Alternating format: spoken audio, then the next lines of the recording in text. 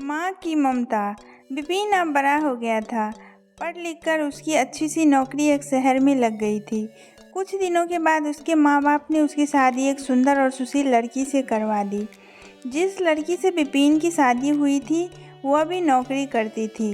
शादी के बाद विपिन और उसकी पत्नी दोनों जॉब करते हुए एक साथ शहर में बस गए। कुछ दिनों के पश्चात विपिन के पिताजी भी इस दुनिया को छोड़कर चले गए। विपिन के पिता के गुजरने के बाद उसकी माँ एकदम अकेली सी हो गई थी।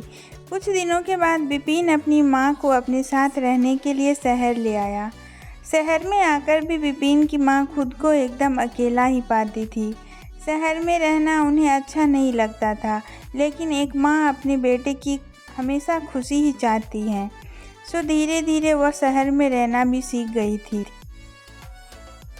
लेकिन विपिन और उसकी पत्नी हमेशा अपनी माँ को कहते रहते कि ये करो, ये मत करो, मतलब कि वे अपने आगे माँ को गांव की गवार ही समझते थे। लेकिन माँ का दिल तो हमेशा से अपने बच्चों के लिए बड़ा ही होता है। सो वे सभी बातें चुपचाप सुनकर हाँ में हाँ मिलाती रहती। एक सुबह की बात है, विपिन की पत्नी को ऑफिस जल्दी जाना था। सो वह सब कुछ जल्दी से तैयार करके विपिन का खाना पैक करके ऑफिस चली गई।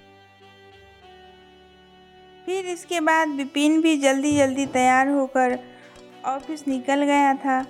फिर कुछ समय बाद विपिन की माँ ने देखा कि उसका बेटा तो खाना का लंच बॉक्स तो घर पर ही भूल गया है।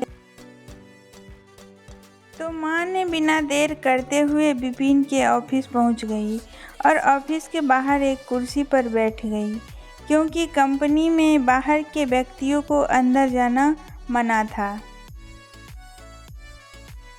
तो फिर बेटे को दिक्कत ना हो इसीलिए फ़ोन ना करके मैसेज किया, लेकिन विपिन अपने काम में बिजी था। सो माँ के मैसेज पर ज़्यादा ध्यान नहीं दिया।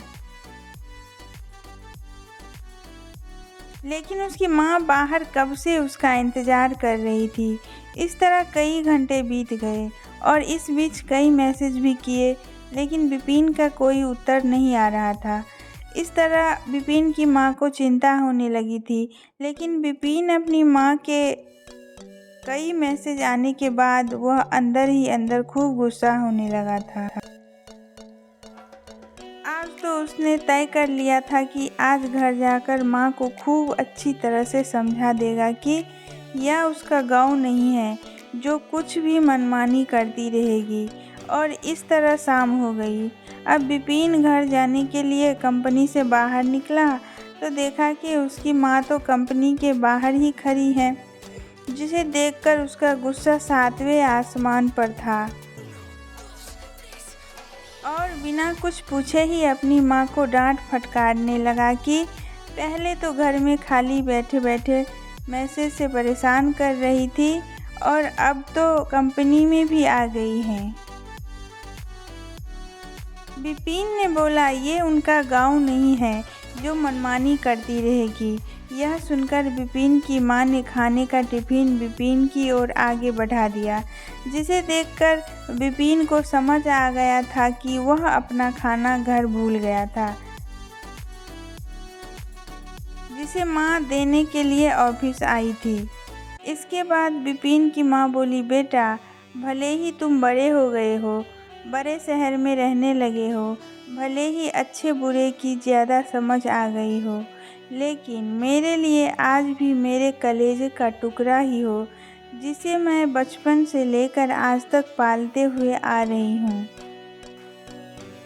विपिन की आंखें खुल चुकी थी। वह सोचने लगा, आखिर उसकी माँ उसकी परवाह करती है, इसीलिए खाना लेकर आई थी, पर उसने बिना सोचे समझे ही अपनी माँ को डांट दिया। अब उसे अपने किए पर बहुत पछतावा हो रहा था और वह मुंह लटका कर खड़ा था, जिसे देखकर माँ ने उसे अपने गले लगा लिया और विपिन ने माँ से माफ़ी मांगी। इस तरह विपिन ने अपनी सोच को माँ के लिए बदल दिया था। अब वह उनकी पहले से ज़्यादा अच्छे से देखभाल करने लगा था, जिसके बाद माँ को भी शहर में अच्छा लगने लगा था। क्योंकि अब उसका बेटा फिर से उसे मिल गया था। दोस्तों, हम चाहे कितना भी पढ़ लिख ले, कितना भी बड़े हो जाए, पर अपने माँ बाप को कभी भी उल्टा सीधा नहीं बोलना चाहिए, क्योंकि माँ की ममता और बाप का प्यार कभी अपने बच्चों के लिए कम नहीं होता है।